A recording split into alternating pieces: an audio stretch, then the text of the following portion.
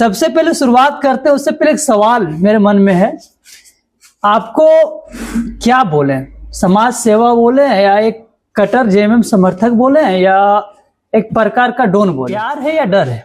News वाले बोलते हैं जहाँ डर है लड़ाई करने की जरूरत पड़ती है, जहाँ हक अधिकार के लिए लड़ने का जरूरत पड़ती है, जहाँ हक अधिकार के लिए जेल जाने का भी दरकार पड़ता है, तो वहां भी हम पीछे नहीं हैं। उनका विचारधारा अपने हिसाब से सही है, हम लोग जो काम कर रहे हैं हम लोग का विचारधारा अपना सही है। अच्छा, आपके बारे में एक बात सुनिए। अच्छा जी, नमस्कार, मैं अमन और आज बात करते हैं एक ऐसे युवा को लेकर के जो समाज सेवा करते आए हैं और काफी ज्यादा एक्टिव भी नजर आते हैं। चुनाव जीत गए हैं, मंत्री बन गए हैं और खुशी चेहरे पे झलक रही है। जानकारी लेने का प्रयास करते हैं, मेरे पास शिवम आजाद मौजूद है, बात करते हैं। सबसे पहले शुरुआत करते हैं, उससे पहले एक सवाल मेरे मन में है, आपको क्या बोले, समाज सेवा बोले या एक कट्टर जेएमएम समर्थक बोले या एक प्रकार का डॉन बोले? क्या बोले? समाज सेवी बोलिए। समाज सेवी, क्योंकि युवा लोग काफी ज्यादा एक्टिव हैं। प्यार है या डर है? प्यार है और हमेशा से प्यार रहा है जी। 2 बार लगातार वार्ड के चुनाव में पार्षद बन के जनता पार्षद बना करके हमको जिता कर नगर निगम में भेजी जी। तो जनता का प्यार है। न्यूज वाले बोलते हैं डर है, या और भी जो हमारे विरोधी है वो बोलते हैं कि डर है, लेकिन ऐसा कोई बात नहीं। आकर के आप देखिए, हमारे यहाँ जितने भी लोग आते हैं सबका काम होता है, यहाँ पर डर की कोई बात नहीं है। सब हमसे प्यार करते हैं और आशा रखते हैं, इसीलिए हमारे साथ जो भी लोग जुड़े हुए हैं वो शुरू से जुड़े हुए हैं और भी जो लोग जुड़ रहे हैं उनका भी कार्य, हम उनका काम करने का चेष्टा करते हैं हमेशा। एक बात सुने, युवा लोग का रुझान आपके प्रति ज्यादा देखने को मिलता है। चुनाव में जिस तरह का कार्य आप किए थोड़ा यूनिक रहा, युवा का रुझान ज्यादा क्यों? ये हमारे प्रति हमेशा इसीलिए है क्योंकि सबसे कम उम्र में वार्ड पार्षद चुन करके हम आए थे और युवाओं को हमेशा एग्रेशन पसंद है और युवा के लिए हमेशा एग्रेसिव होकर के हर काम हम करते हैं। जहां आंदोलन की जरूरत पड़ती है, जहां लड़ाई करने की जरूरत पड़ती है, जहां हक अधिकार के लिए लड़ने का जरूरत पड़ती है, जहां हक अधिकार के लिए जेल जाने का भी दरकार पड़ता है, तो वहां भी हम पीछे नहीं हटते। इसलिए युवा हमारे साथ रहते हैं और युवा के रोजगार की बात हम हमेशा करते हैं और अभी युवा के लिए सबसे बड़ा मुद्दा उसका रोजगार है।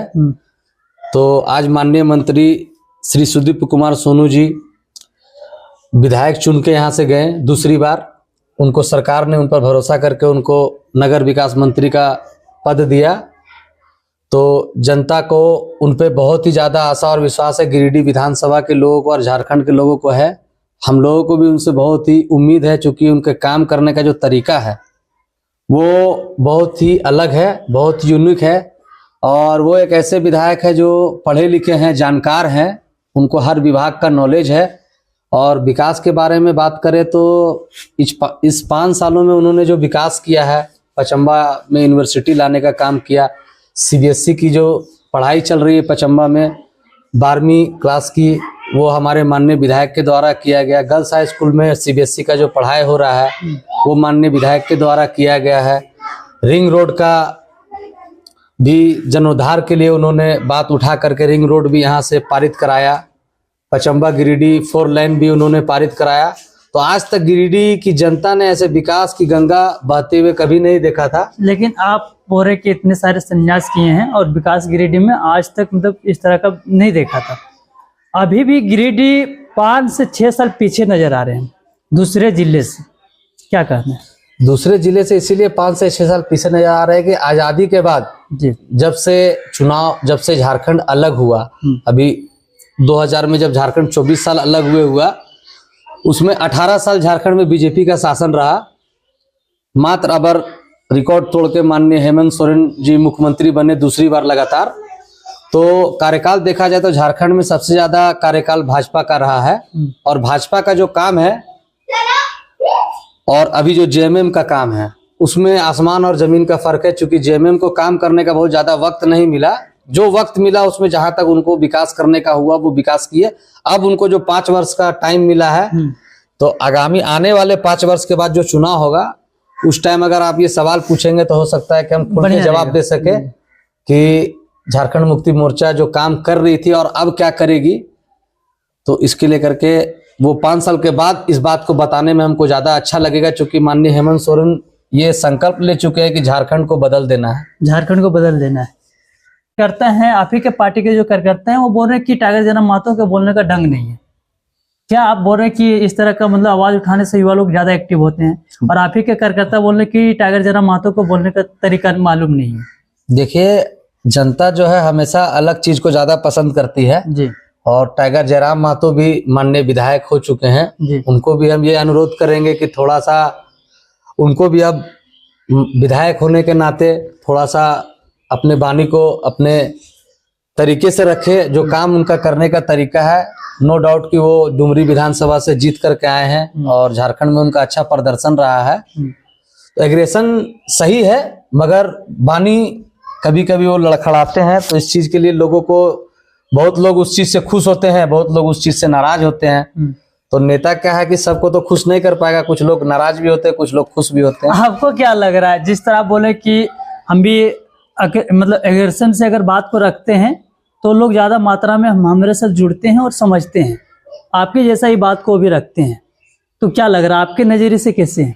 उनके लिए उनके सामने मुद्दा है, क्योंकि जिस क्षेत्र से बिलोंग करते हैं, जिस क्षेत्र से चुनाव लड़ रहे हैं, जी जी, उस क्षेत्र में बहुत ही कोलवरी एरिया है, वहाँ बहुत लोग आए दिन मरते रहते हैं और वो जो मरने वाले लोग के मुआवजा के लिए वो आवाज उठाते हैं, इसीलिए आज उनके साथ बहुत ही भीड़ रहती है। उन लोगों का न्याय का बात करते हैं, इसीलिए आज उनको जनता चुन करके भेजी है। तो वहां का राजनीति करने का तरीका अलग है। गिरिडीह में वैसा कोई व्यापार नहीं है, वैसा कोई धंधा नहीं है, वैसा कोई चीज नहीं है कि जिसको लेकर के नेता उतना एग्रेशन होकर के कोई काम को कर सके। गिरिडीह में जो भी अपना समस्या होता है, वो जो भी यहाँ नेता है अपने तरीके से उसको रखते हैं, लेकिन उधर के राजनीति करने का तरीका और यहाँ का राजनीति करने का तरीका बहुत ही अलग है। अलग है। इसीलिए वहां उनका जो राजनीति करने का तरीका है, वहां आए दिन आदमी मरते हैं, तो उसके लिए वो हमेशा आंदोलन करते हैं। यहाँ पर भी फैक्ट्रियां हैं, लेकिन क्या है कि महीने 2 महीने में एक आध लोग अगर मरते भी हैं तो प्लांट वाले उसको मुआवजा दे करके लोगों को शांत करा देते हैं। और जबकि उस क्षेत्र में पता चलता है कभी 100 लोग मर गए धंस करके, माइंस में डूब गए, तो इसीलिए उनको वहां ज्यादा समर्थन मिलता है और वो अपना अंदाज से वहां जाने जाते हैं।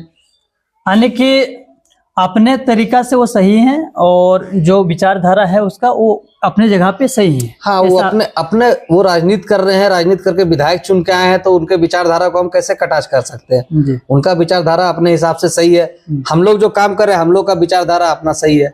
अच्छा, आपके बारे में एक बात सुनो, जब युवा लोग से मिलते हैं तो बोलते हैं कि भैया अगर चुनाव मेयर का अगर लड़ेंगे तो बहुत सारा बदलाव होगा। कभी सोचे कि मेयर का चुनाव लड़ें या विधानसभा का चुनाव लड़ें या किसी चीज का चुनाव लड़ें, आगे बढ़ने का प्रयास करें?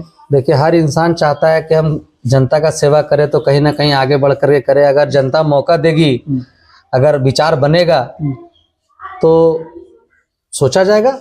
मेयर क्या, अगर जनता का विचार बनेगा तो जनता ही प्रधानमंत्री बनाता है, जनता ही मुख्यमंत्री बनाता है और जनता ही विधायक और मेयर बनाता है। जनता जो चाहेगी, जनता के साथ हम हैं। जनता के युवा को 5 लाख नौकरी का वादा किए थे सरकार, लेकिन नहीं दी, लेकिन फिर सरकार आप ही का बन गई। मैया समान योजना दे रहे थे, इसमें भी बहुत सुनने को मिला कि मैया समान योजना में 1000 दे करके लोगों को फुसलाने का काम कर रहे हैं। तो क्या 5 लाख का जो वादा किए थे वो छोड़ करके मैया समान योजना देना सही था सरकार के लिए?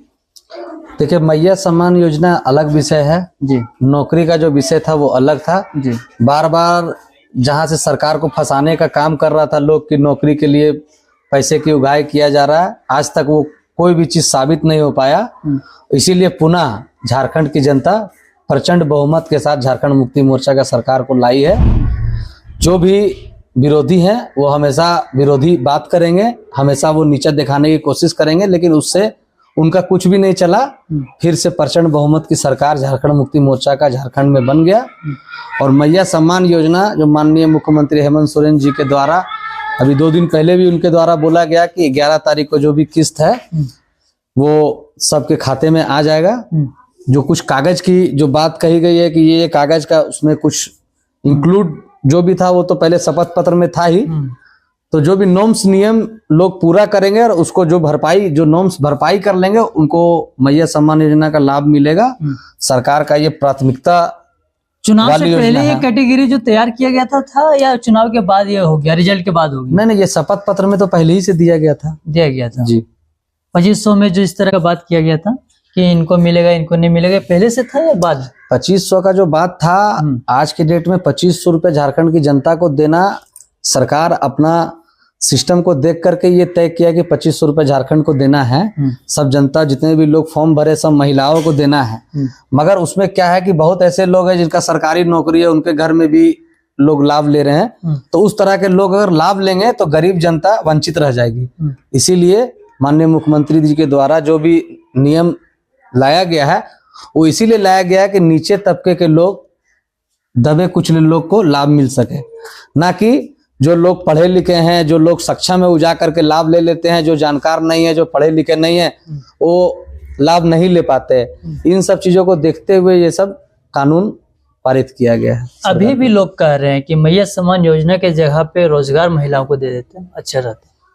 देखिए, रोजगार महिलाओं को देते, ऐसा नहीं है कि जो सम्मान योजना मिल रहा है सिर्फ झारखंड में मिल रहा है, और भी कई स्टेट है वहां पर मिल रहा है। उड़ीसा में मिल रहा है, महाराष्ट्र में मिल रहा है, आसाम में मिल रहा है।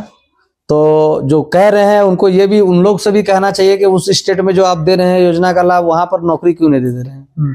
तो महिला को नौकरी देने की बात है, जो अपना कंपटीशन की तैयारी करे उनको नौकरी भी मिल रहा है। लेकिन ये लाभ नौकरी से हट करके, नौकरी का अलग मुद्दा है और ये योजना का अलग मुद्दा है। अरे सरकार आपका फिर से बन गया झारखंड में। पिछला बार जो वादा किए थे वो वादा ही रह गए, कुछ भी उसमें बदलाव नहीं देखने को मिला। इस बार क्या, पिछला बार तो कोरोना काल का मतलब लकब लगा दिए थे कि 3 साल कोरोना काल में समय चला गया। 3 साल कोरोना काल में चला गया। माननीय मुख्यमंत्री जी को गलत मुकदमे में फंसा के 6 महीना जेल में रखा गया। उसके बाद 6 महीना सरकार को डिस्टर्ब किया गया। उनके मुख्यमंत्री को आसाम में ले जा, उनके विधायकों को आसाम में ले जा करके रखा गया, दिग्भ्रमित करने की कोशिश किया गया। सरकार को हमेशा डिस्टर्ब करने की कोशिश किया गया है।